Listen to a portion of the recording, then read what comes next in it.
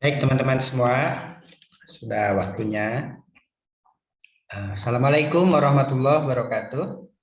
Waalaikumsalam. Waalaikumsalam warahmatullahi wabarakatuh. Mana kabar teman-teman semua hari ini? Alhamdulillah baik. Alhamdulillah apa baik. Semangat? Ya Allah semangat.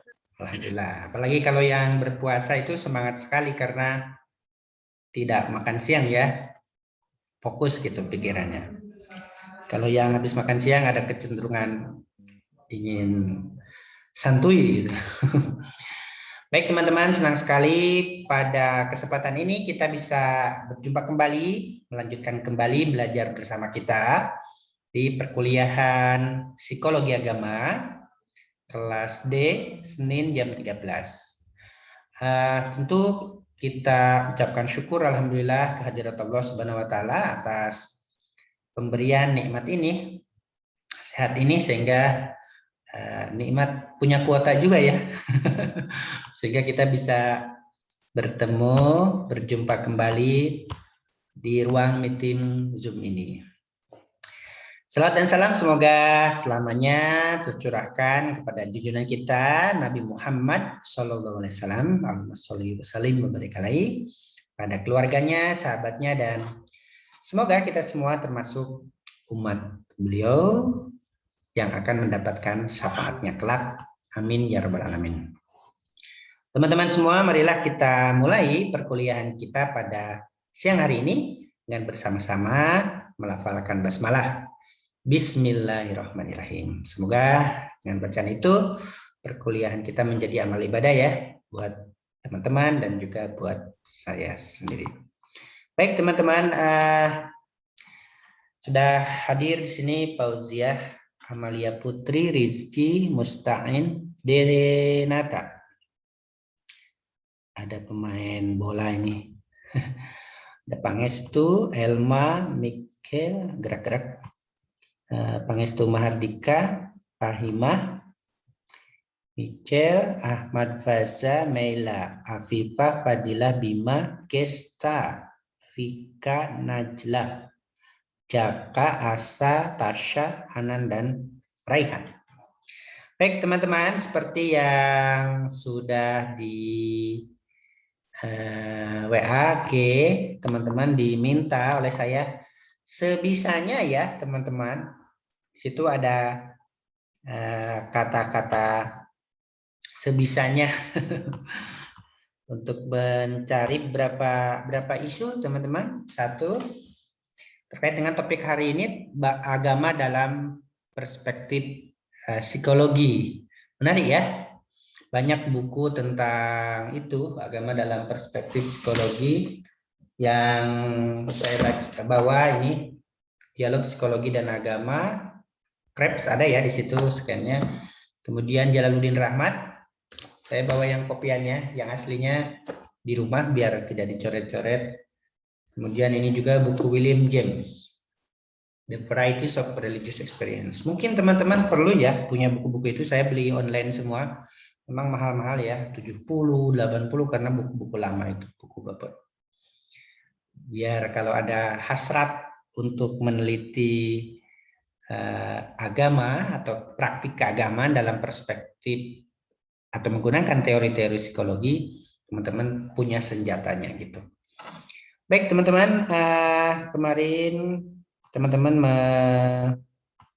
melakukan mini riset berapa tema? Satu? Jangan-jangan belum, karena dikasih perpanjangan waktu. Fauzia udah selesai? Belum Pak, saya cari ibu tuh nggak ketemu Pak dua-duanya. Oh belum, baru berapa persen ditulis? Belum ada Pak, soalnya referensinya belum didapat. Wah, ada di itu ya, scan ada yang Krebs ya. Oke. Rizky, Ayu, Latifah, sudah meringkas? Sudah Bapak. Selesai? Tadi pagi sudah nyari referensi yang punyanya Jalaluddin di Google jadi beli e-booknya. Oh, yang Jalaluddin Rahmat ya? Iya, Jangan yang Jalaluddin ya? iya Jalaluddin Rahmat, Pak. Karena dia S2 psikologinya di luar negeri dia, Pak. Almarhum ya, baru meninggal kemarin. Kang Jalal. Mustain? Berarti Rizky udah selesai semua ya dikerjakan? Iya, Bu. Wah, berarti sekarang Rizky presentasi ya, supaya temennya bisa menyimak. Gitu. Mustain? Sudah?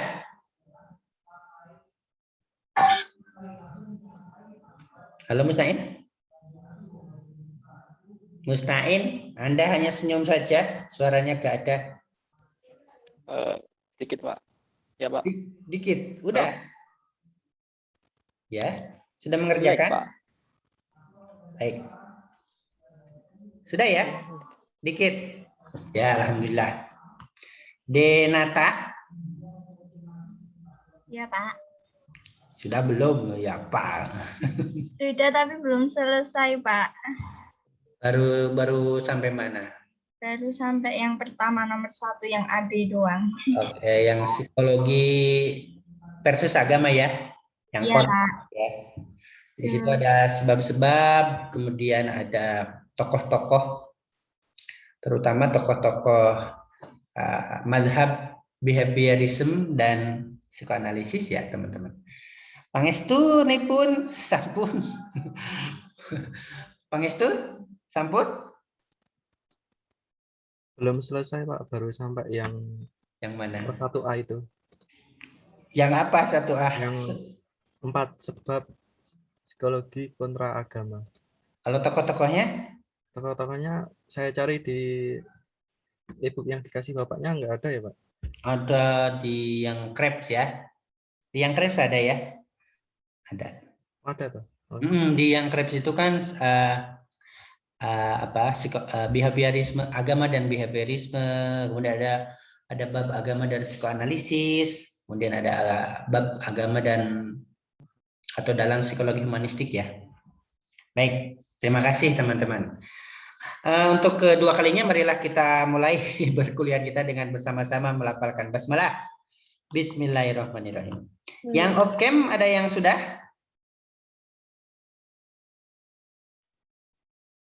Halo?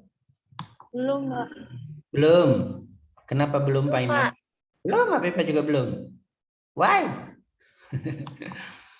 Ya, oke, baiklah. Sebisanya aja ya. Nanti kan saya yang baik. Senang sekali karena ada satu kawan kita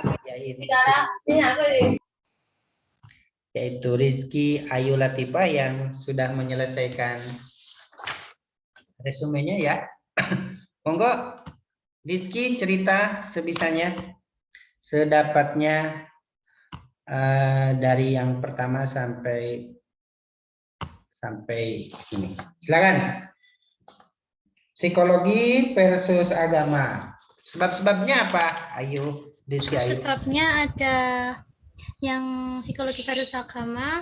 Kenapa bisa jadi psikologi kontra agama itu ada 4. Yang pertama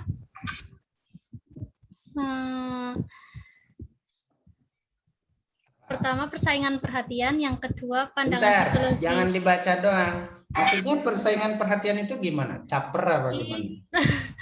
Jadi psikologi itu kan ilmu. Bentar Bapak. Betul ya? Iya. Persaingan perhatian. Ya, awalnya atau suatu masa ketika orang bermasalah, punya masalah kehidupan, itu kan diselesaikan atau menghadap agamawan ya, para pendeta. Kemudian seiring perjalanan sains dan teknologi, orang-orang yang punya masalah psikosis atau masalah kejiwaan justru lari ke psikolog atau ke psikiatri kan? Oke. Apa bedanya psikologi dengan psikiatri? Teman-teman semua?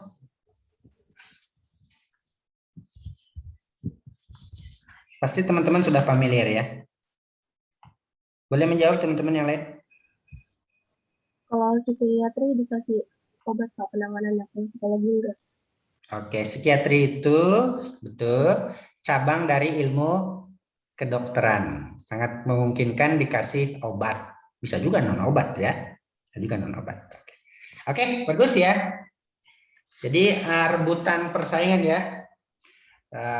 Yang sebelumnya misalnya atau sebaliknya. Sebelumnya orang-orang ya tadi terutama para penganut agama kalau ada masalah rumah tangga, masalah psikosis terutama masalah kejiwaan, biasanya diselesaikan dengan ceramah kitab suci. Yesus bilang begini, gitu di Eropa kan. Kemudian di Islam juga sama toh, nggak usah cemas. Dalam Al-Quran Anda akan mendapatkan surga. Kalaupun sekarang Anda dizolimi. Gitu dia. Ternyata akar masalahnya kan nggak selesai ya. Kalau nggak punya beras kan nggak selesai dengan ayat toh teman-teman. Harus dengan beras. Nah mereka para penganut agama, para halayak ini pindah lebih puas, lebih cocok, lebih menemukan solusi emosional, psikologis lewat para psikolog. Itu dia. Itu yang pertama. Kenapa psikologi kontra versus dengan agamawan ya teman-teman. Yang kedua apa? Rizky Ayu. Pandangan psikologi yang negatif terhadap agama. Gimana penjelasannya? Banyak ahli psikologi seperti Freud menyebut bahwa Bukan Freud, jangan salah. Freud. Ya, jangan salah kalian mahasiswa psikologi. Freud, bukan Freud, apalagi Prot. Ya, silakan. Menyebut agama sekali sebagai obsesi, terus Freud menganggap agama sebagai patologi, gangguan kejiwaan, dan menjadi sikap ilmiah. Iya, pandangan negatif psikolog terhadap agama, terutama para psikolog yang ada di mazhab behaviorisme sama psikoanalisis ya. Itu ya teman-teman. Kalau di buku Krebs itu dilihat di situ. Para psikolog behaviorisme mengatakan agama sebagai apa. Oke. Kalau psikoanalisis apa teman-teman? Agama sebagai apa?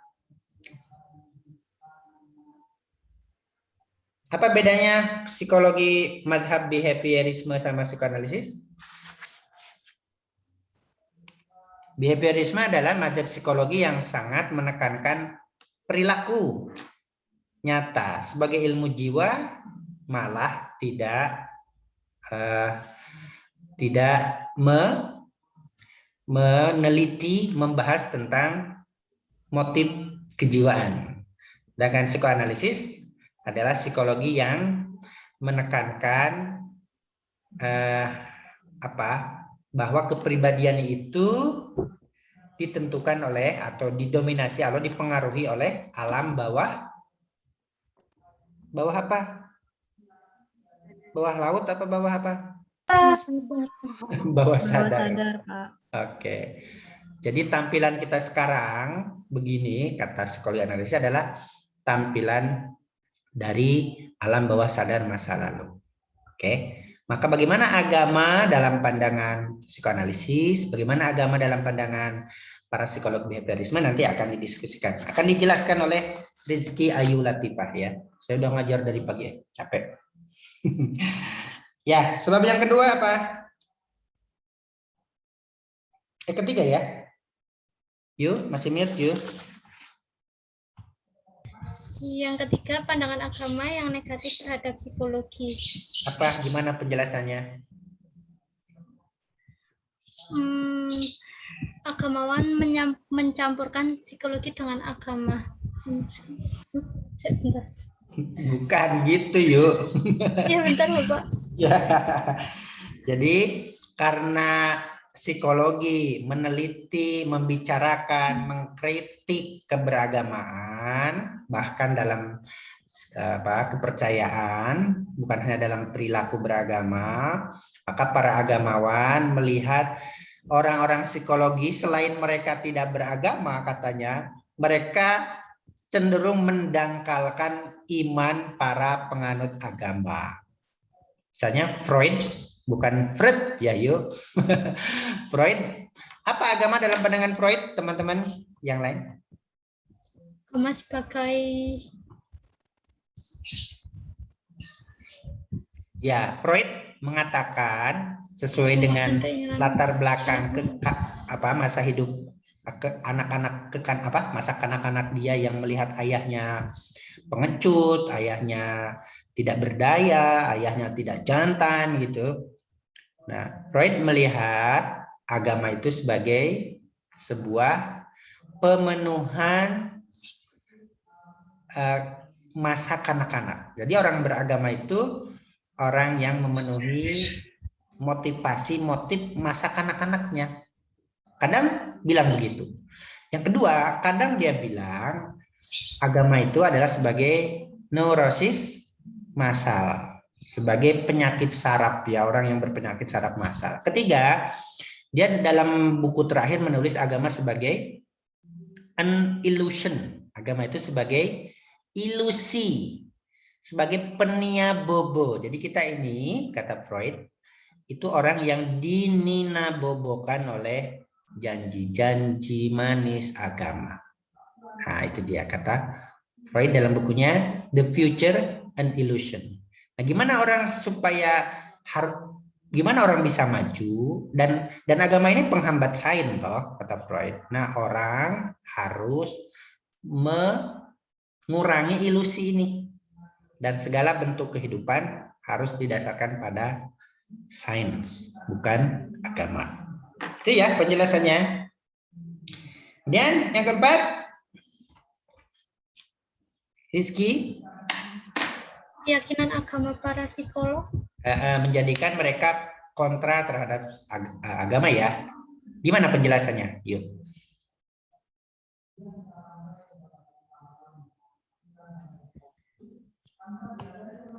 Yuk, jangan di-mute, yuk. udah nggak di-mute, Pak.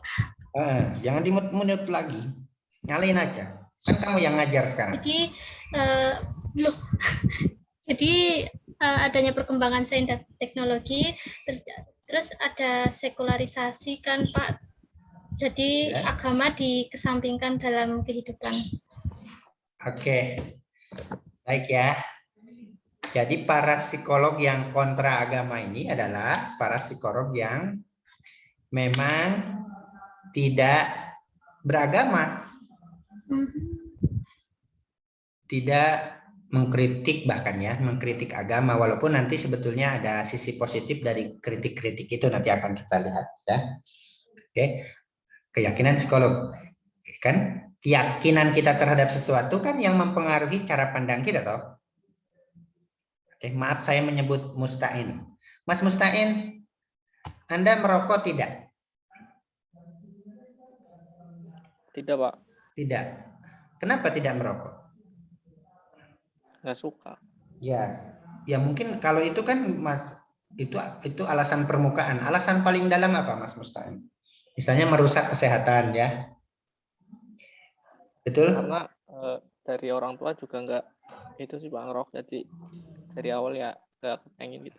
Ya toh, karena orang tuanya tidak merokok, dia punya keyakinan rokok itu tidak penting kan? Nah, makanya Ya, Pak. Makanya para psikolog agama sama. Karena agama dipandang sebagai an illusion, agama dipandang sebagai archetype masa lampau ya. Agama dipandang sebagai irasionalitas ya, kata siapa? Nah, maka pandangan mereka sangat negatif.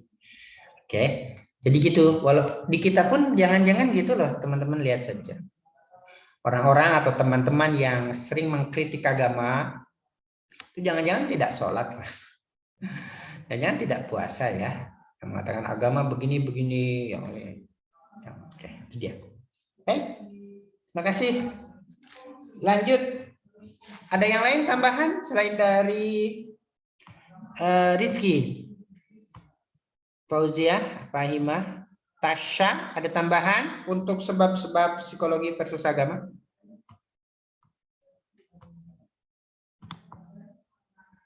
Adakah? Ada Tasya, ada Denata. Mana yang lain? Pak, intinya tuh psikologi memusuhi agama tuh karena pengaruh sains modern nggak sih, Pak? Gimana Fauzia? Maaf, agak pelan Fauzia. Psikologi memusuhi agama karena pengaruh sains modern, bukan kayak psikologi itu memisahkan diri dan kemudian memusuhi agama. Enggak. Ya, bisa jadi. Saya pakai headset dulu ya. Ini ada 2 dosen ngajar kejar-kejaran. Suaranya satu ruang sana. Oke. Apakah para psikolog memusuhi agama karena sekularisasi gitu ya, Den? Eja, Fauzia, Amalia? Bukan karena pengaruh sains modern, Pak. Jadi psikologi memisahkan diri terus memusuhi si agama itu sendiri gitu. Soalnya Oke. kalau nggak salah tuh psikologi kayak menuduh agama sebagai psikologi menuduh agama sebagai sumber penyakit mental, terus rasa angka gitu-gitu, tindak kekerasan sampai dogmatisme gitu. Oke, ini kan sejarah integrasi ya, Mbak Fauzia. Sejarah integrasi dulu ya. Kalau kita lihat konteks sekarang ya bisa jadi ya. Tapi dulu sejarah konflik antara psikologi dengan agama itu minimal 4 itu. Karena persaingan perhatian, oke. Karena jamaahnya malah ke para psikolog, bukan ke agamawan lagi kalau ada masalah kejiwaan. Kemudian pandangan negatif para psikolog terhadap agama yang mungkin dikatakan oleh, yang bisa jadi dikatakan oleh siapa barusan. Kemudian pandangan negatif agama terhadap psikologi. Ya, para psikolog dianggap ingin mendangkalkan iman para jamaah yang susah-susah dibangun oleh para pendeta dan para pastor toh. Misalnya seperti Freud bilang agama sebagai neurosis massal, itu kritik betul itu terhadap para agamawan ya, para pendeta. Di mana jamaah ada masalah datang ke pendeta atau ke pastor. Setelah selesai masalah, setelah menghadap pulang lagi, masalahnya tetap balik lagi bolak-balik gitu, seperti orang ketagihan. Itulah neurosis massal. Dan itu dilakukan bukannya 1 orang, dilakukan oleh miliaran orang. Oke, nah baik. Yang lain selain Rizky, siapa yang menemukan agama menurut Leba? Ada nemu James Leba? Kawan? Mustain nemu? Tasya Eza nemu? Apa? Mustain? Nemu, Pak. Oke, Elma Rabani. Itu pas saya nemu di itu loh Pak, buku yang ada di Google Scholar itu, nama bukunya itu Saifuddin Ahmad yang psikologi agama itu loh Pak, yang implementasi psikologi untuk memahami. Boleh dari manapun. Apa agama Leba? Yang James Leuba itu berpendapat bahwa agama sebagai irasionalitas dan patologi. Leuba juga menunjukkan banyak ajaran agama yang bermutu rendah dan tidak masuk akal. Jadi di situ tuh menunjukkan bahwa pandangan keagamaan itu bersifat konservatif yang jadi penghambat perkembangan pengetahuan ilmiah gitu Pak. Betul sekali ya, Elma. Bahwa agama kata Leba sebagai irasionalitas, perilaku tidak masuk di akal dan penyimpangan toh, kelainan toh, patologi toh. Kata Leba. Terima kasih ya, Elma. Menurut Skinner gimana? B.F. Skinner. Ada yang nemu? Kamila?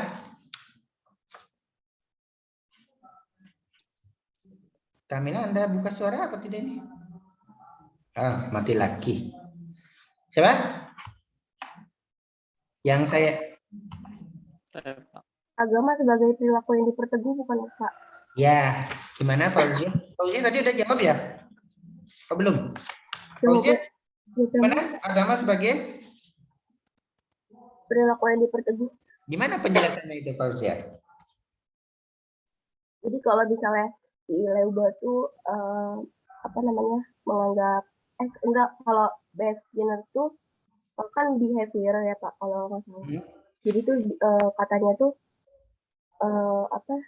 tadi saya lupa Pak, mereduksi agama menjadi perilaku yang ditentukan secara mekanis gitu.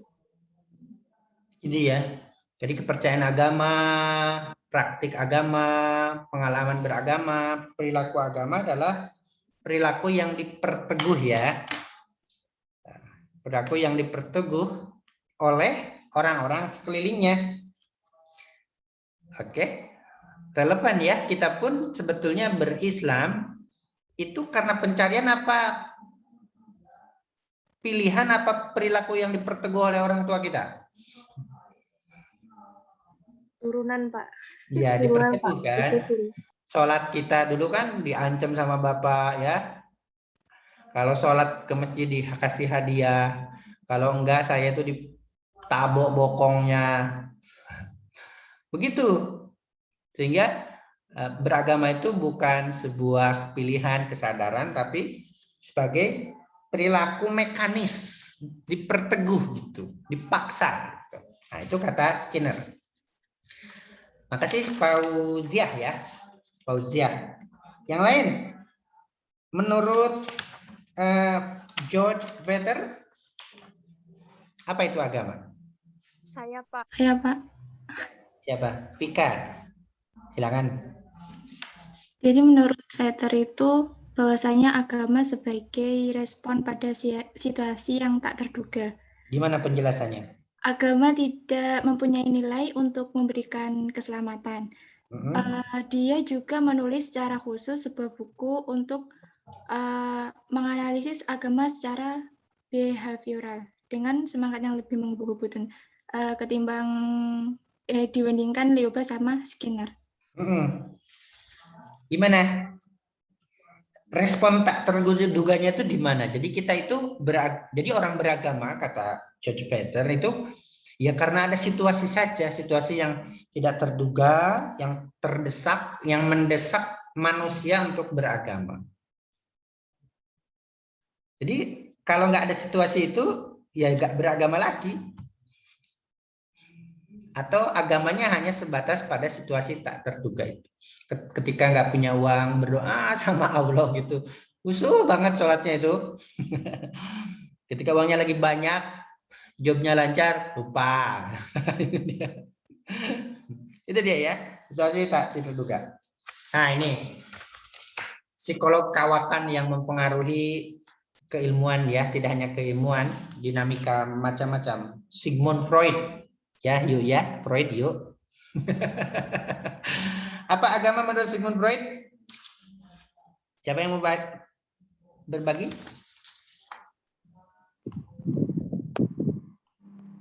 Afifah? Ya, Afifah. Asri, Pak. Oh, Asri, sampingan sama Afifah. Asri Nurjannah. Iya. Menurut Freud itu agama merupakan ilusi, yang berarti bahwa agama merupakan hasil pemuasan keinginan dan bukan hasil pengamatan dan pemikiran gitu. Jadi Freud juga memandang bahwa agama itu tidak lebih dari sekedar kumpulan kecenderungan kekanak-kanakan ya. Juga menganggap bahwa agama sebagai patologi gangguan kejiwaan yang menjadi sikap ilmiah. Itu ya. Jadi agama sebagai apa intinya? Asri? Kalau di satu kata dua kata? Ilusi, Pak. Ya, sekali masa dia mengatakan agama sebagai ilusi dalam bukunya The Future an Illusion ya. Itu puncaknya Asri ya, mengatakan agama sebagai ilusi. Sebelum Freud mengatakan agama sebagai ilusi, apa agama menurut Freud? Itu endingnya. Niken mau buka?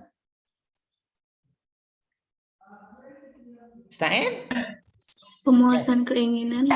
Ya, Pak. Penguasaan keinginan apa nih Ken? Kanak-kanakan. Yo, bareng ya, Niken sama Mustain kompak. Semoga sakinah mawadah warahmah. Oke. Niken sama Mustain ya. Oke. Jadi sebelumnya dia mengatakan agama sebagai pemenuhan keinginan kekanak-kanakan. Beragama atau bertuhan itu adalah transisi kerinduan atau ketakutan akan sosok siapa? Akan sosok sang ayah. Oke. Sang ayah, bukan sang pacar, Elma. Sang ayah. Nah, waktu masa kecil sampai dewasa, sampai remaja, yang ditakuti, yang dipesonai itu ayahnya. Nah, sewaktu ayahnya tidak ada, ngekos ke Jogja atau sudah dewasa atau meninggal, nah sosok itu dirindukan. Dan kemudian manusia dalam perkembangannya menciptakan Tuhan melalui sebagai pengganti dari sosok ayah yang melindungi, yang menakutkan, yang mempesonai, yang memelihara. Nah, gitu dia kata Freud. Itu yang pertama. Yang kedua, agama adalah sebagai apa istilahnya untuk kerinduan akan ke masa kanak-kanakan ini? Dia istilahkan dengan neurotis ya. Nah, sedangkan yang kedua, agama adalah sebagai neurosis. Neurosis itu penyakit saraf ya, gejala saraf ya, dan itu massal, neurosis massal.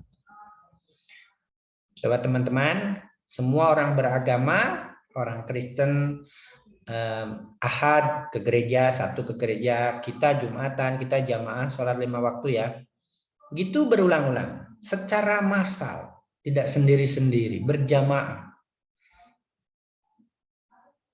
Dan itu mendatangi Tuhan sebagai pengganti Bapa yang tidak bisa dibuktikan.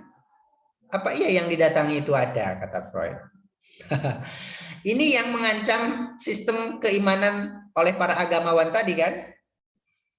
Yang para agamawan, pendeta, pastor, ulama dengan sangat kerja keras menanamkan iman kepada umatnya.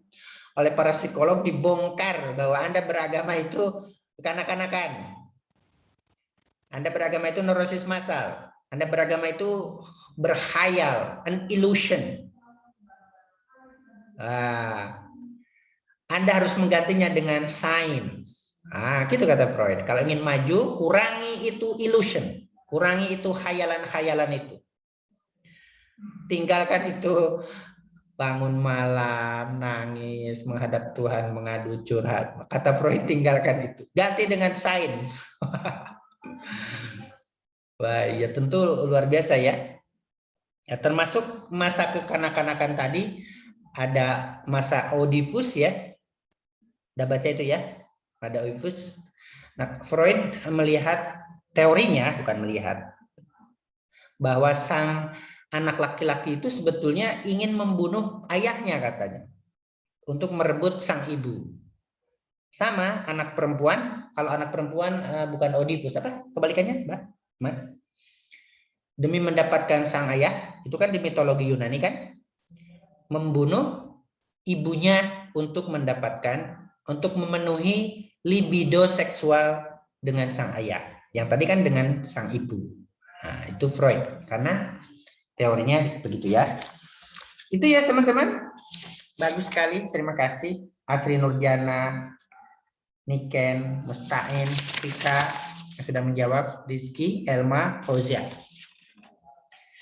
Nah, sekarang guys, kita ke yang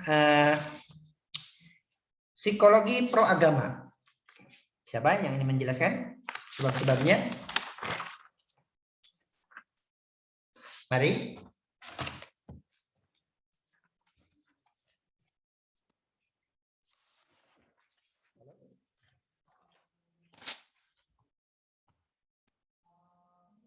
Kalau enggak, itu lagi. Ayo lagi tadi yang sudah selesai meringkas. Mana yuk? Ya saya Pak, yang penyebab yang pertama itu penelitian agama dan kesehatan mental. Nah, Gimana penjelasannya? jadi ada ahli yang melakukan penelitian tentang religiusitas dan korelasi antara religiusitas dan kesehatan mental. Nah, korelasi terdapat. Siapa yang meneliti? Siapa, Rizky? Di Yang antaranya meneliti Bergin tahun 1983. apa hasilnya? Hasilnya itu hanya 7 orang atau 23% menunjukkan hubungan negatif antara agama dan kesehatan mental. 77% orang yang sakit cepat sembuhnya, orang yang beragama mengalami percepatan kesembuhan ya. Ya. Oke, terus apa lagi? Penelitian kuning tahun 99. Anda boleh nanti meneliti ya, teman-teman.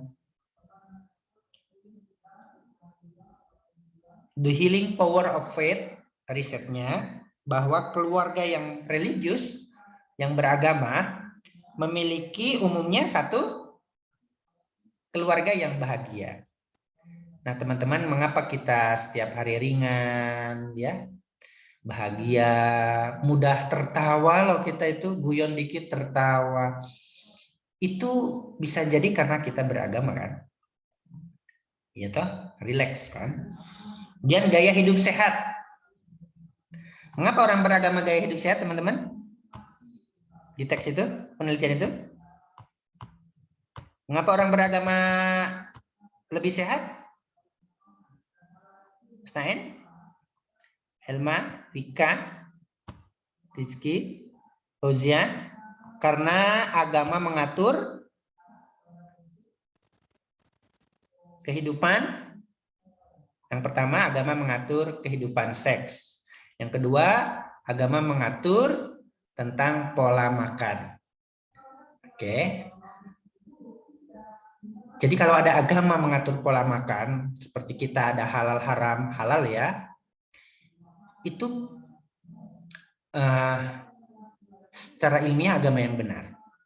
Dalam Buddhisme dilarang makan daging merah, harus daun vegetarian. Gitu? Dalam Kristen sama loh teman-teman, sebetulnya babi, anjing itu nggak boleh. Dalam Alkitab tuh nggak boleh, sama. Ada teksnya. Dalam Kristen sama, laki-laki itu harus disunat, sama. Yahudi apalagi, wah Yahudi teman-teman saya cerita sedikit ini ya. Ketika di Toraja, gimana kita harus belajar sama orang Yahudi betul ya? Ketika di Toraja dalam sebuah hotel, Toraja Heritage Hotel, waktu sarapan itu ada pasangan Yahudi dari Israel. Apa yang ingin saya ceritakan teman-teman? Ketika di restoran, si pasangan Yahudi ini udah agak sepuh, tanya terus ke pelayan restoran, ini daging apa? Ada sapi, siapa yang menyembeli? Pertanyaan kedua, orang Yahudi apa bukan? Bukan katanya. Oh no kalau begitu. Yang ketiga, mungkinkah wajannya terkena unsur babi? Gitu loh, sampai begitunya. Mereka tidak boleh makan babi, yang nyembeli harus orang Yahudi. Yang tugas hotelnya itu sampai jengkel saya lihat itu. Tanya ini, tanya itu. Karena saya setelah itu ngobrol. Itulah cara mereka orang Yahudi sangat ketat ya teman-teman terhadap makanan. Akhirnya makan apa mereka? Mereka makan telo-teloan yang direbus-rebus. Yang tidak ada minyak, takut kena. Karena mereka tahu di Toraja kan daerah Kristen ya. Jadi kemungkinan mungkin wajannya dipakai untuk masak apa. Oh saya, suatu waktu saya ketemu dia, saya tanya. Tapi benci sekali ya orang Yahudi mendengar kata Arab ya. Dia, do you speak English? Yes katanya. Do you speak ini? Ketika saya bilang, do you speak Arabic? Mereka sampai, no. Jadi dengar kata Arabic itu sangat sangat alergi sekali gitu. Oke. Tapi kita harus akui ya, mereka generasi yang pintar-pintar ya. Mungkin karena makannya itu bisa jadi ya. Oke, good. Kemudian mana lagi? Ayunya hilang. Mana juga Ayu hilang? Iya, Bapak. Sebelah mana dirimu? Di sini, Bapak. Mutakpin. Oke, mutakpin kan. Oke. Jangan, Bapak. Ya. Oke, good.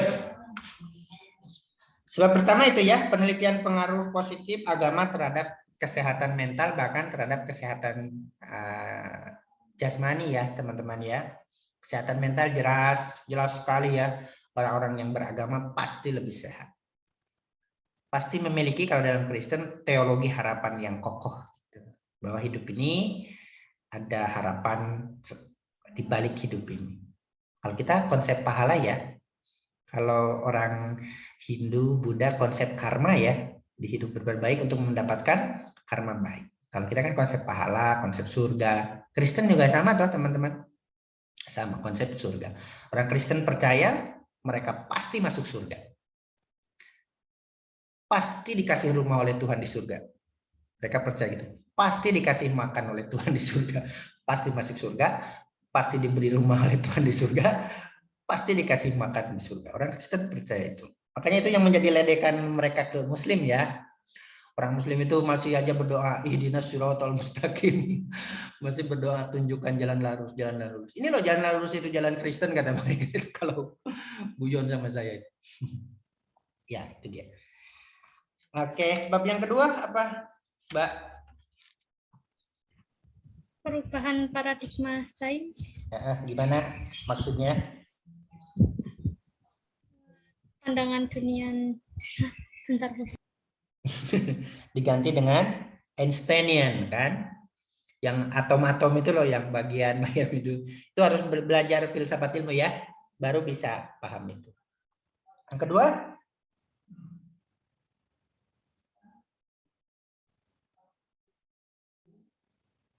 kedua, ayo. Mati dirimu itu, mana suaranya? Yang kedua, sebab yang kedua, Bapak. Ya. Kan tadi perubahan paradigma sains. Oh, itu ya. Jadi gimana? Dengan perubahan paradigma sains ini, terutama filsafat ilmu, dan mendekat lagi toh psikologi dengan filsafat. Dulu kan dari filsafat. Kemudian Wundt tahun 1899 mengatakan psikologi berdiri sendiri. Tidak lagi bagian dari filsafat. Nah, sekarang mendekat lagi bahwa psikologi dan semua ilmu sebagai ilmu tentang perilaku manusia bersifat subjektif, gitu, sehingga sama dengan agama. Ini masalah subjektif kan, ya toh. Dalam psikologi apa yang digali informasi kan dari klien toh, subjektif toh. Walaupun si psikolog punya treatment misalnya, si psikiater punya treatment, tapi perspektif individu si subjek, si klien itu jauh lebih oh, saya jadi kaget sih. Jauh lebih penting dari apa? Jadi lupa loh yuk ngomong apa. Muncrat loh yuk sampai sini. Oke. Itu dia ya, makasih. Terakhir apa yuk? Atau yang lain teman-teman? Penelitian psikologi tentang apa? Neurologi dan kesadaran. Ya. Oke. Siapa yang jawab barusan? Elma, Pak. Elma. Gimana penjelasannya, Elma? Itu tuh si De Quilly and Rouse itu tahun 2001 menuliskan dalam bukunya bahwa penelitian neurologis menunjukkan Tuhan bukan merupakan produk proses deduktif otak atau kognitif, tapi Tuhan juga ditemukan dalam pertemuan mistikal atau spiritual yang diketahui oleh kesadaran manusia. Jadi melalui mekanismenya, proses pikiran dan transendentalnya gitu, Pak. Gimana kalau dijelaskan gimana, Mak? Bukan baca, Mak. Coba dijelaskan, Mak. Gimana, Mak? Ulang. Jangan baca. Jadi kesadaran beragama itu Gimana, Mak? Jadi, Atau bertuhan ya, ya, beragama, bertuhan jadi itu. dia sadar gitu, Pak. Iya, dalam Pak. beragama. Kesadaran bertuhan atau beragama itu bukan sebagai apa? Ilusi, bukan sebagai khayalan, tapi gimana, Mak? Tapi dia berpikir secara natural gitu, jadi dia Neurologi itu tentang apa, Mak? Ilmu tentang apa? neurologis. Itu tentang ilmu tentang saraf otak, toh. ya kognitif dedikasi otak. Dan ilmu ini menemukan bahwa kesadaran bertuhan itu ada dalam struktur otak manusia di sini ini. Ya, nanti ada Ramachandran, ada God spot ya, ada lobus temporal. Beli buku saya itu ada penjelasan tentang. Jangan beli.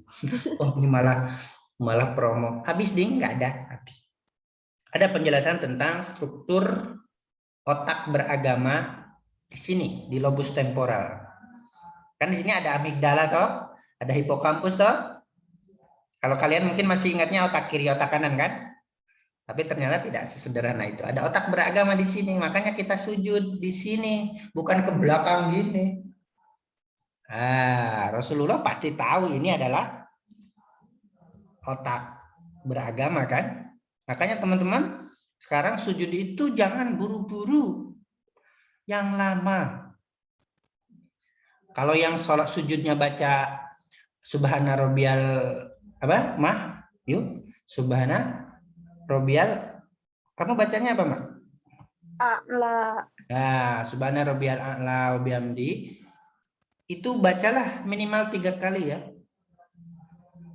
Kalau yang panjang bisa sekali. Subhanallahumma wa bihamdika Allahumma gfirli.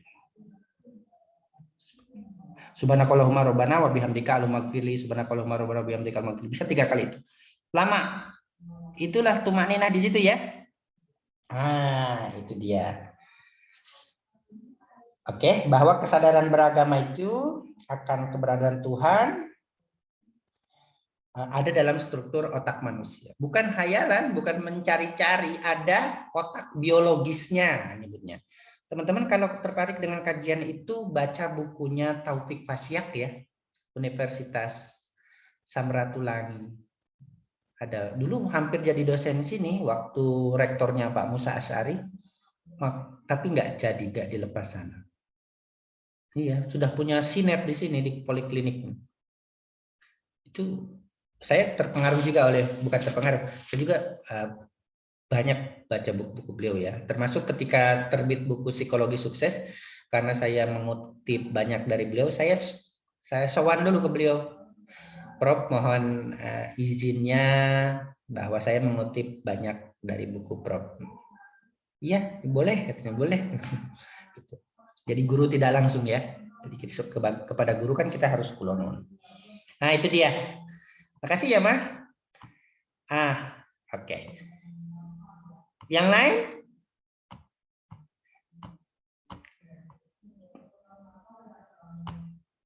Yang lain, mohon informasinya bagaimana agama menurut psikolog yang pro agama yang bernama William James. Buku yang terkenalnya The Varieties of Religious Experience dianggap sebagai buku menjadikan beliau sebagai bapak dari psikologi agama. Beliau sebelumnya ada psikolog umum, kemudian mencari ada 20 judul di bukunya The Varieties of Religious Experience. Dia meneliti keberagamaan sebagai pengalaman subjektif yang sangat beragam dari setiap orang. Sangat beragam dari setiap komunitas, dari setiap sekte, dari setiap sekelompok orang. Siapa yang menemukan data bahwa agama dalam penelitian William James? Siapa dia? Guys? Saya, Pak, mungkin. Siapa? Oke, Pika. Silakan Pika. Jadi William James memandang agama itu sebagai jalan menuju keunggulan manusia. Betul sekali. Bagaimana penjelasannya? Jangan baca, Kak. Lihat ke kamera. Gimana penjelasannya, Mbak Vika?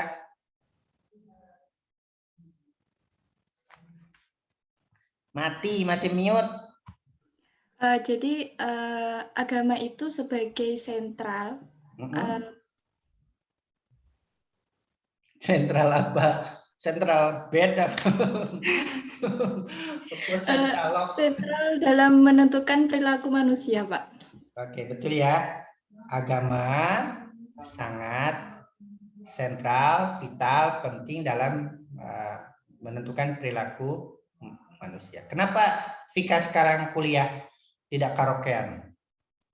Nah, itu karena agama menyuruh kita semua menuntut ilmu, kan? Nah, kenapa berjilbab? Tidak telanjang di sana di jalan malah bisa nyari duit toh, ngeplog misalnya. Yang minim-minim. Karena berjilbab karena agama mengatur perilaku berjilbab. Gitu ya. Oke, sip. Terus apa lagi, Vika?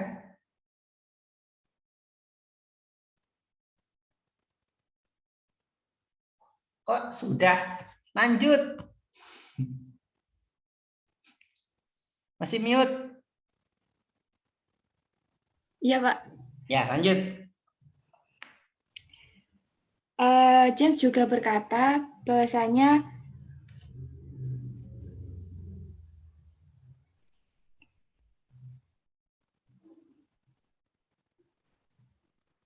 sekalipun peneliti tidak aktif menjalankan agamanya, menurut James, ia patut memberikan perhatian kepada agamanya. Mengapa?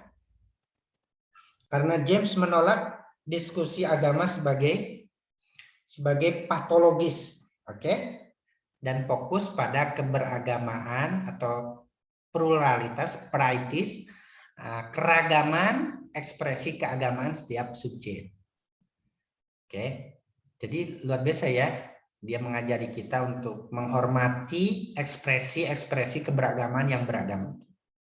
Jadi yang tidak kunut, hormati yang kunut. Yang kunut, hormati yang tidak kunut. Ah, gitu. Luar biasa ya, karena itu pengalaman subjeknya gitu. Dulu teman-teman saya sewaktu masuk Gontor pertama kali, saya dari pondok sebelumnya yang harus kunut. Di Gontor gak ada kunut. Wah, kaget saya. Wah, gak sah ini sholat saya. Akhirnya setelah jamaah itu saya sholat sendiri pakai kunut. Karena pikiran saya ketika itu, ya sholat itu harus yang tidak kunut tidak sah. Gitu. Lama-kelamaan sampai sekarang malah tidak pernah kunut. Ribet, mending sujud sisa. Oke, makasih ya. Oke, ada lagi? Tapi agamanya apa dalam pandangan James? Vika, belum selesai Vika, jangan dimatiin dulu. Vika? Agama, kalau ingin melihat agama yang otentik itu apa kata James? Ada suara kucing kayaknya. Oke. Kalau ingin melihat agama yang genuine, yang utuh, lihatlah di istilah dia religius genuis ya. Orang-orang yang mempraktikkan agama sebagai yang pertama kemarin an acute believer, bukan di orang-orang yang beragama secara dull habit. Bukan yang rutinitas, bukan yang beban, bukan yang membosankan. Jika ingin melihat pengaruh agama dalam struktur perilaku manusia, lihatlah mungkin kalau di Islam, para kiai-kiai soleh, ulama-ulama soleh ya. Kalau di Kristen, di agamawan yang lurus-lurus itu. Kalau di Yahudi, kalau di Buddha, bihu-bihuni ya. Kalau kalian pernah ketemu bihu-bihuni? Belum, Pak. Luar biasa ya Allah. Kami sering beberapa kali ya dampingi mahasiswa Waisak di Mendut. Itu mereka, Mbak Vika dan teman-teman, duduk itu dialog dengan kami itu bisa berjam-jam nggak geser-geser karena biasa meditasi kan. Nah, saya yang duduk baru sejam udah geyot sini, geser sini, bokongnya itu panas. Karena jarang berkonsentrasi seperti itu. Oke, nah makanya agama, nah, orang beragama dalam penelitian James ini, dalam buku ini, mereka adalah orang beragama itu merasa tentram, damai. Mengapa? Karena mereka menjadikan cinta sebagai dasar bagi hubungan interpersonal. Kan nanti ada di PowerPoint saya nih ya. Maka agama dalam definisi dia, Mbak, semuanya teman-teman, apa dalam definisi dia agama adalah perasaan, ketemu, Rika? Tindakan dan pengalaman ketika berhubungan dengan yang ilahi. Individu. Ya, dengan yang ilahi, betul, Pak. Kemudian hubungan dengan yang ilahi di atas berefek pada kehidupan individu dan mengaktifkan energi spiritualnya. Agama itu, kata dia, menggairahkan. Kita harus bergairah nih, beragama nih. Harus an acute weaver. Harus bersuka cita. Oke, menggairahkan, meluaskan kepribadian, memperbarui daya hidup, dan memberi makna baru untuk hal-hal yang biasa. Sekedar minum teh, itu kalau dipotret dengan kacamata agama, itu sesuatu yang membahagiakan kan? Dengan syukur kah? Masih banyak orang yang tidak bisa minum teh kah? Banyak orang yang tidak boleh minum teh manis loh. Yang penyakit gula itu nggak boleh. Nah, kita yang masih itu hal biasa minum teh, kata James, itu dengan agama kita bisa memberi makna. Keluarga kan? Gimana lagunya, Vika? Keluarga Cemara itu bagus sekali kan? Nah, yang paling berharga adalah Kita yang paling berharga. keluarga. Iya. Yang paling adalah keluarga. Tepuk tangan. Itu keluarga. Ya. Ya teman-teman, itu keluarga yang hal mungkin biasa, tapi dengan kacamata agama, keluarga adalah begini-begini dan kita harus bersyukur ya dengan agama. Oke. Tidak beragama 17 tahun harus keluar rumah loh teman-teman. Di barat Elma ini kalau sudah 17 tahun, 18 tahun sudah boleh tinggal sama pacarnya. Di barat begitu, nggak boleh lagi menggantungkan ke orang tua, harus sudah pindah, sudah mandiri. Nah, agama kita tidak begitu. Oke. Oke, good. Itu menurut James ya. Agama kata dia terakhir sumber kebahagiaan. Nah, makanya sewaktu menemukan klien yang ada persoalan kesehatan mental, psikosis, maka harus dilibatkan pemahaman keagamaannya. Dia beragama apa? Ya, saya dulu pernah mendampingi almarhum istri saya yang pertama itu di UGM. Ditanya, didatangkan psikolog, psikiater, itu ditanya agamanya apa? Islam. Oh, datangkanlah psikolog dan psikiater yang beragama Islam. Maka pendekatannya itu syukur, gratitude, gratefulness ya. Kayak gitu. Yang hal biasa lah menurut kita orang UIN ya. Tapi dalam psikologi itu hal yang sudah baru apa? Ya integrasi kan? Baru. Oke, menurut Maslow siapa yang ketemu jawabannya? Bagaimana agama menurut Maslow? William James adalah tokoh psikologi humanistik juga ya. Kemudian bersama Maslow kemudian transpersonal, mazhab transpersonal. Abraham Maslow, siapa yang menemukan?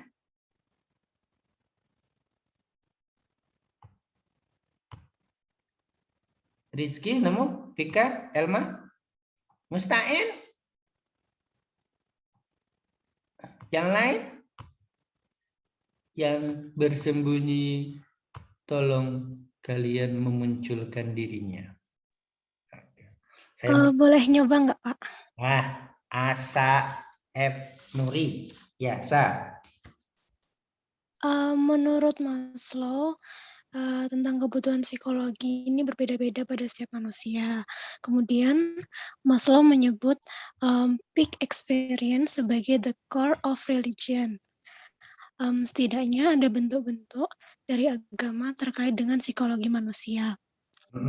Dengan demikian, Maslow ini menyimpulkan bahwa pendekatan humanistik mengakui eksistensi agama. Gitu, Pak. Jadi agama sebagai apa? Tadi Asa? The core. Agama sebagai peak experience, sebagai pengalaman puncak ya, sebagai pengalaman puncak.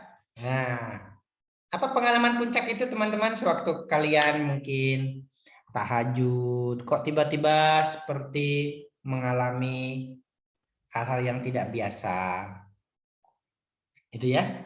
Pengalaman puncak kata Maslow adalah ketika seseorang ekstasi dengan luar dirinya, menyatu dengan alam, saat-saat keterbukaan, saat-saat spontanitas, kemudian kreativitas menyatu, seakan-akan merasa kehadiran Tuhan gitu kan, yang ilahi gitu.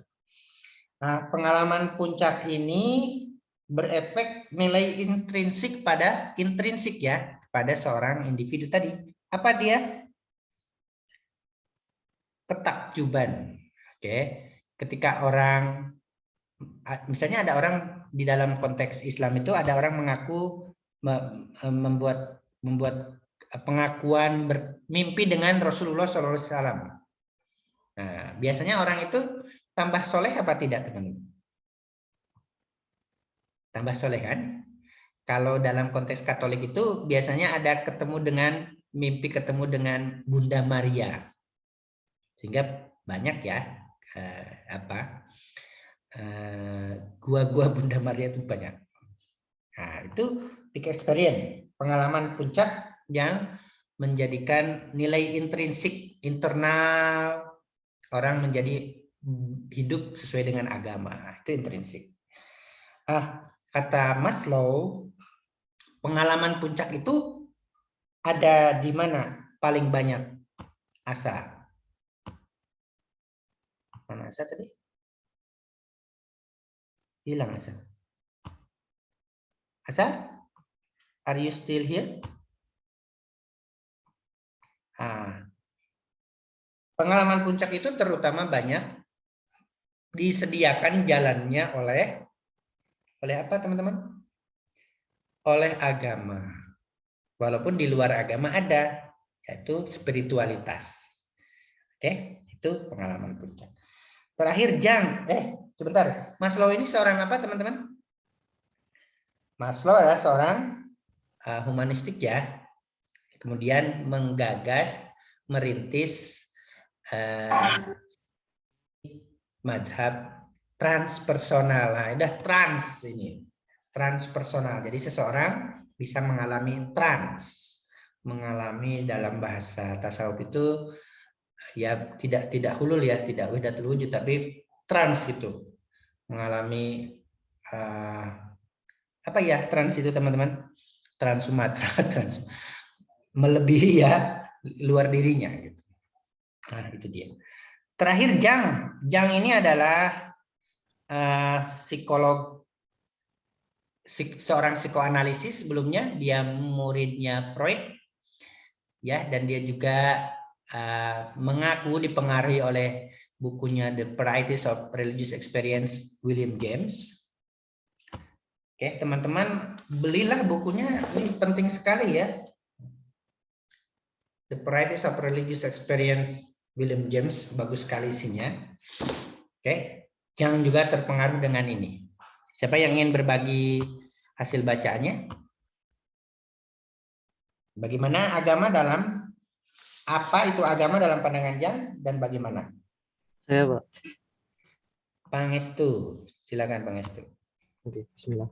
Jadi menurut saya itu yang berdasarkan saya baca, Jang ini memandang bahwa agama itu dapat berperan positif dalam penyembuhan psikologis. Nah, ini kaitannya sama ini. Bagaimana dia itu ingin membantu, bagaimana dia itu ini berpendapat bahwa kesadaran yang batin itu dapat membantu orang dalam proses individuasi atau keutuhan. Oke, Jadi menurut yang sendiri kan tujuan hidup manusia itu mencapai individuasi atau keutuhan yang mengintegrasikan aspek kepribadian yang sadar dan tidak sadar. Itu agama yang di mana posisinya, Mas Pangestu? Bagaimana, Pak? Agama posisinya di mana? Agama jalan menuju keutuhan. Agama sebagai jalan menuju individuasi ya? Iya, menuju individuasi. Menuju keutuhan. Ya, keutuhan. Oke. Bagaimana dia menerima teori Freud, Mas? Ketemu? Dia menerima teori Freud kemudian menambahkan apa? Teori perkembangan ya, Pak? Oke, perkembangan apa? Dengan memasukkan individuasi atau self. Oke, spiritualitas ya, ini kan ya. Spiritualitas di alam bawah sadar manusia. Jadi jangan menerima teori alam bawah sadar manusia yang menentukan perilaku manusia selanjutnya. Tetapi Freud kan hanya libido seksual ya, id ya, yang dia tekankan di alam bawah sadar ini hanya id, hanya libido, tetapi Jung menerima teori adanya alam bawah sadar kita, kemudian memasukkan di dalamnya itu tidak hanya id, tidak hanya libido, tetapi juga psikologi perkembangan itu. Spiritualitas, bahwa dia memasukkan spiritualitas di teori alam bawah sadarnya Freud. Nah, kalau Freud itu kejam sekali ya. Kita ini ya bukan kejam ya. Yang genuine dari Freud, dari psikoanalisis, dia menemukan teori alam bawah sadar dan kita mengakuinya ya, teman-teman ya. Ada alam bawah sadar kita?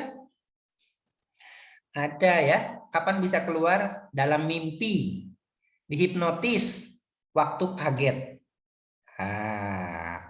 Jadi memori-memori kita yang terekam di hipokampus ini itu menjadi gumpalan informasi dalam alam bawah sadar. Kalau dalam neurologi kan di hipokampus ya, terekam. Itu dia. Nah, Jung memasukkan spiritualitas dalam alam bawah sadar itu agar manusia dapat mencapai individuasi. Individuasi itu keutuhan. Keutuhan diri dalam beragama. Kebebasan dalam beragama. Kalau tadi mata kuliah tauhid saya bilang dengan tauhid ini kita bisa mencapai kebebasan. Bebas dari rasa takut penunggu pohon ini, bebas dari rasa takut lewat kuburan. Nah, ini individuasi kalau bahasanya Jung. Dan kata Jung, hanya agama yang menyediakan jalan menuju individuasi ini, keutuhan, yaitu ketika kesadaran akan hadirnya the numinus. Nah, the numinus itu kalau di ini bahasa studi agama ya teman-teman, ada realitas mutlak, ada ya bahasa kita Allah Tuhan. Ya. Ketika kita selalu memiliki kesadaran akan adanya Tuhan, takwa itu loh, mana takwa ya, omnipresent. Ketika kita selalu yakin diawasi oleh Allah Subhanahu wa taala, oleh Tuhan, maka kita akan mengalami individuasi, keutuhan. Di jalan matanya tidak keranjang. Walaupun di depan mata, itu kalau lagi nyetir mobil itu Mbak gimana coba, masa mau memalingkan muka? Ya nabrak tuh. Itu di depan ada pengendara motor pakai celana pendek. Kata istri saya, itulah matanya dijaga, jangan lihat depan. Lah gimana nggak lihat depan toh, yang nyetir kok ya bisa nabrak toh. Nah, itu dia. Ketika mengalami individuasi, orang dalam bahasa kita takwa ya, menghindarkan dari hal-hal yang diharamkan dan menjalankan hal yang tadi. Ya, dia psikoanalis ya sebelumnya. Dan yang ini informasi tambahan adalah yang merintis setelah quote in quote setelah cerai dengan Freud, dia meneliti psikologi mendirikan psikologi analitik. Oke. Nah, psikologi analitik. Psikoanalisis sendiri dikenal sebagai in-depth psychology. Mengapa kawan-kawan? Karena dia jauh meneliti alam bawah sadar manusia. Nah, karena itu ketika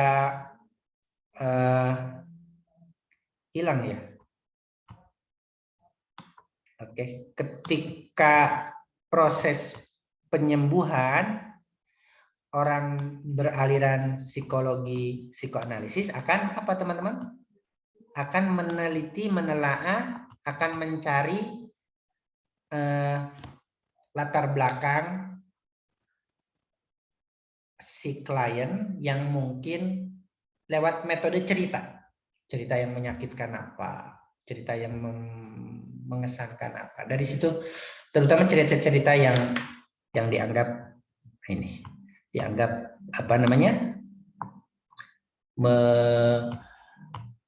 menggetirkan, bahasanya lebay ya, menggetirkan.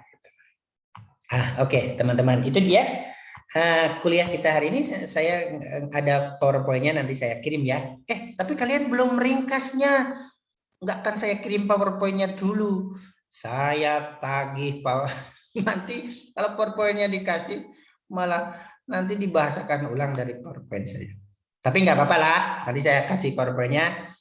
Nanti Rizky, Mustain, Vika, Elma, Kamila, Sadah, Hasa memparafrase PowerPoint inyong oral popo.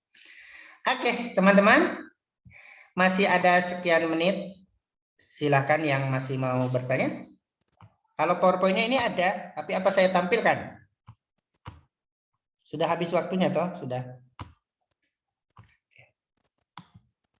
Oke, ini dia. Sudah kelihatan? Mbak, Mas? Sampun? Sampun, Pak. Oh, sampun. Alhamdulillahirabbil alamin. Oke, ini dia ya, agama dalam perspektif psikologi. Ini kajian kita. Oke. Tapi nanti saya kasihnya setelah kalian meringkas ya. Oke, good. Ya, ini tadi sudah dijelaskan oleh Rizky Ayu. Oke, persaingan perhatian, pandangan negatif psikologi terhadap agama, pandangan negatif agama terhadap psikologi. Kemudian ini dia agama menurut Leba, agama sebagai irasionalitas dan patologi. Pengalaman mistik, kata Leba, itu seperti orang mengidap penyakit epilepsi, histeria, intoksikasi narkotis. Oke. Kemudian ini salah ya. Beragama adalah naib, khayali, dan proses patologis. Oke, ini dia. Nanti bisa. Oke. Nah, teman-teman, ternyata dalam penelitian dia melalui kuesioner, yang paling sedikit percaya kepada Tuhan itu para psikolog ternyata, teman-teman. Yang paling rendah kepercayaannya kepada Tuhan itu para psikolog. Itu di barat ya. Nah, teman. Nah, Anda sebagai calon psikolog ini hati-hati nih ya. Warning ya. Jangan sampai ikut-ikutan risetnya ini. Oke, ya. Bagus. Oke, ya, ilmuwan yang terkenal itu sedikit yang bertuhan. Biasanya ateis ya. Oke. Yang ketiga, agama adalah agama konservatif, kata Leba, menghambat sains karenanya harus dimodif dengan sains. Nah, gimana agama dimodif dengan sains itu? Karena agama, kata dia, banyak upacaranya, banyak ini. Oke, ini Skinner. Oke. Agama sebagai perilaku mekanis. Nah, pengalaman keagamaan kita sekarang, sholat rutin itu terjadi karena stimuli peneguh dulu orang tua kita katanya. Makanya jangan heran setelah kuliah banyak teman-teman mahasiswa nggak sholat ya. Nggak puasa. Karena sudah nggak ada lagi orang tuanya, sudah nggak di pondok lagi, banyak itu. Kalian jangan sampai. Oke, kepercayaan agama adalah produk peneguhan para agen itu ya, tokoh agama, penguasa. Jadi kita percaya sesuatu itu karena diteguhkan terus oleh ustadz kita, orang tua kita. Oke, ini dia. Perilaku keagamaan adalah hasil peneguhan yang diulang, dan diulang lagi. Baik, ketaatan keagamaan adalah tindakan berulang-ulang yang diperteguh. Nah, jadi kan behavioris sekali lagi adalah psikologi, modern psikologi yang justru lepas dari jiwa. Oke, maka melihat perilaku yang tampak, ya. Karena itu ini dia. Nah, ini dia. Siapa ini selanjutnya? Oke, Vetter, behavioris juga. Agama tidak punya nilai keselamatan. Oke, berperilaku bertuhan adalah, makanya agama kata dia, respon situasi tak terduga. Bertuhan adalah perilaku bermanfaat terdahulu, yang diulang kemudian hari dalam situasi terdesak. Kayaknya sama ya kita teman-teman. Waktu susah kita lebih dekat ke Tuhan ya, lebih rajin ibadahnya. Betul ya, Peter ini walaupun seorang behavioris, dia meneliti menemukan itu loh, Vika. Bukan yang coba. Kalau hidupnya lagi lurus-lurus, sholatnya tambah khusyuk apa enggak ya? Tapi kalau lagi banyak sandungan, biasanya lebih khusyuk gitu, doanya lebih panjang ya. Ini perteguh ini, luar biasa ini. Nah, ini Freud. Freud luar biasa ya.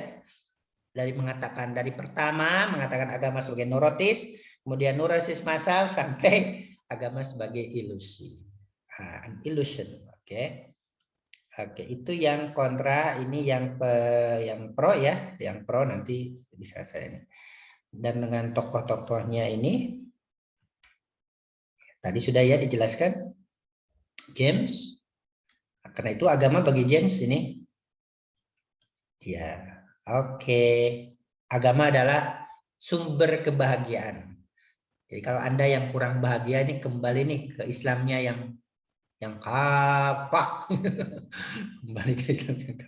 Karena James sendiri meneliti dari 20 artikel di buku yang saya pegang ini, beragam ekspresi orang beragama itu agama sebagai sumber kebahagiaan, menggairahkan, menyemangati, memotivasi, membuat gesit, tidak turun terus dengan agama.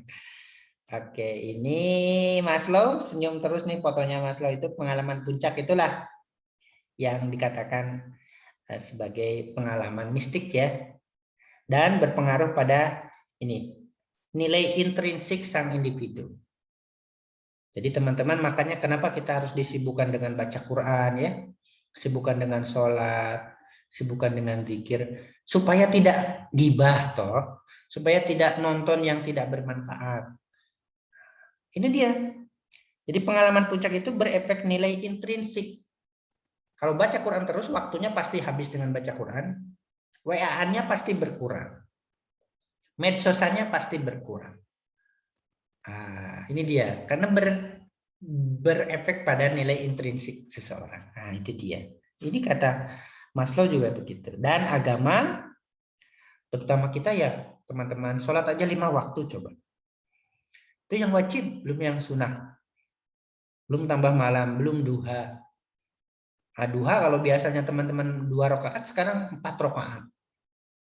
Kalau biasanya tahajud hanya 4 rakaat, sekarang saya masih 4 rakaat. Tambah witir 3. Sekarang 8 rakaat.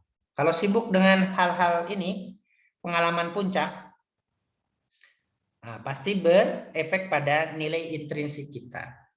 Pasti bahkan mengurangi WhatsApp-an, medsosan, nonton TV yang tidak berguna, pasti berkurang. Oke?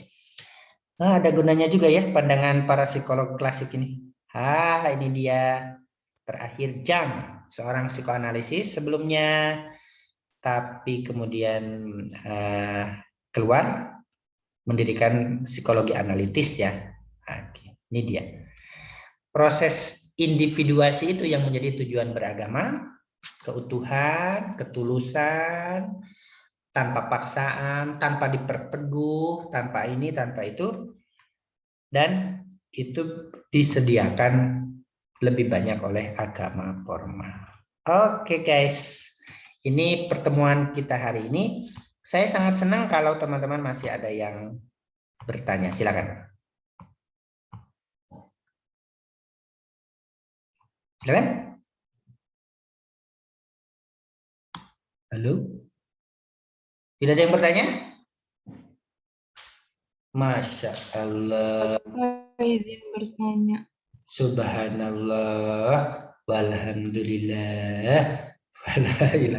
Ya. Bapak izin. Hasya. Panggilannya apa? Michelle? Apa Hasya? Michelle, Pak. Michelle. Michelle.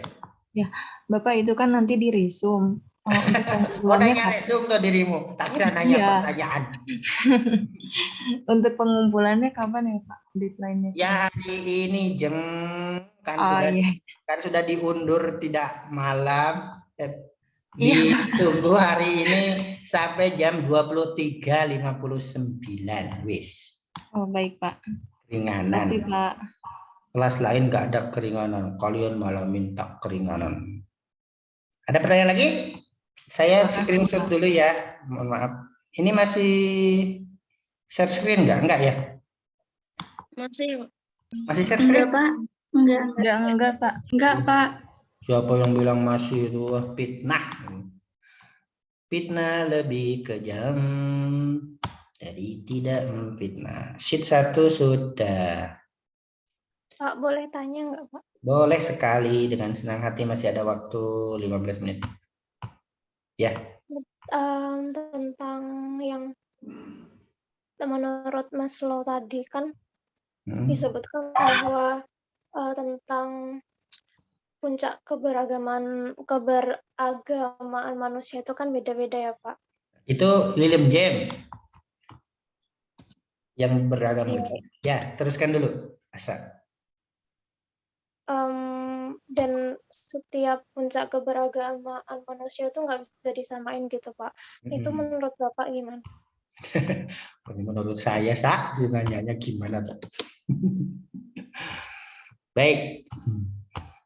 Dirimu malah menguji saya, Oke. Kan James menulis gitu ya. Sudah pegang bukunya. Kalau sudah pegang, bagus. Itu dia ada 20 artikel kuliah dia di Clipboard ya tentang pengalaman beragama, dan dia meneliti sekian banyak orang menuju jalan keunggulan untuk menjadi manusia dengan beragam jalan itu. Karena dia yakin agama itu dalam riset dia, karena dia positif melihat agama itu berpengaruh terhadap perilaku manusia dalam usaha untuk menuju keunggulannya. Oke. Dari situ dapat pelajaran justru kita, Asa dan teman-teman, bahwa